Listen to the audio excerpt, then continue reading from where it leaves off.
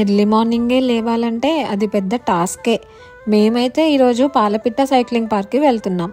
హైదరాబాద్లో డెడికేటెడ్గా ఒక సైక్లింగ్ పార్క్ ఉంది. ఈ పార్క్ వచ్చేసి కొండాపూర్లో ఏఎంబీ మాల్ ఉంది కదా, దాని బ్యాక్ సైడ్ బొటానికల్ గార్డెన్ తర్వాత కొంచెం ముందుకొస్తే ఆపోజిట్ సైడ్లో పాలపిట్ట సైక్లింగ్ పార్క్ ఉంటుంది. ఈ చలికి స్వెటర్లు వేసుకొని వణుక్కుంటూ వెళ్ళాల్సిన అవసరం ఉందా మీకు అని అనుకునే వాళ్ళు ఉంటారు, కానీ అది అవసరమే. ఎందుకంటే సండే వస్తే ఇక్కడికి చాలా మంది వస్తారు. చూసారుగా ఎన్ని కార్స్ పార్కింగ్ చేసి ఉన్నాయో. మనమైతే వచ్చేసాం. ఇదే పాలపిట్ట సైక్లింగ్ పార్క్ ఎంట్రన్స్.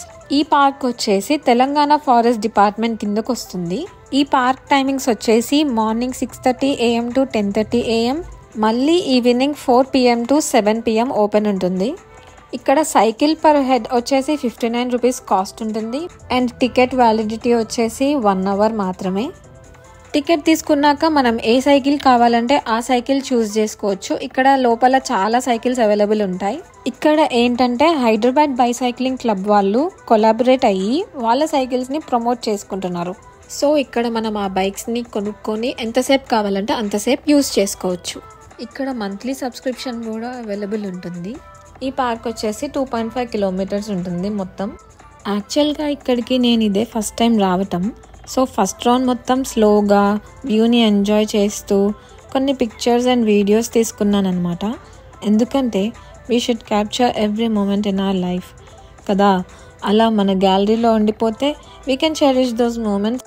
ఇలా ఎర్లీ మార్నింగ్ ఇంత చలిలో సన్మామ ఎండ మన మీద పడుతుంటే ఆ ఫీలే వేరు. నాకైతే అలా ఎండలో నిల్చుంటే చాలా రిఫ్రెషింగ్గా అనిపించింది.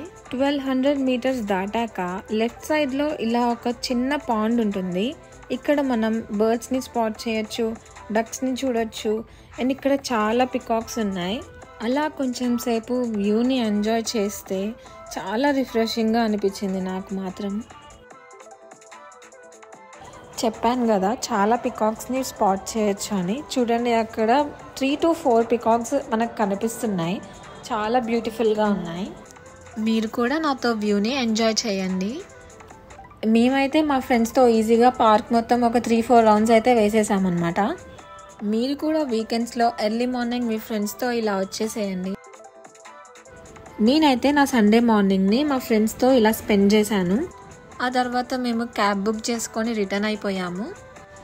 ఇంకా మాకు ఆకలి స్టార్ట్ అయిపోయింది. ఏం తిందామా అని ఆలోచిస్తే మా హాస్టల్ దగ్గర idli.com అని ఉంటుందన్నమాట. అక్కడ వెరైటీస్ ఆఫ్ టిఫిన్స్ ఉంటాయి.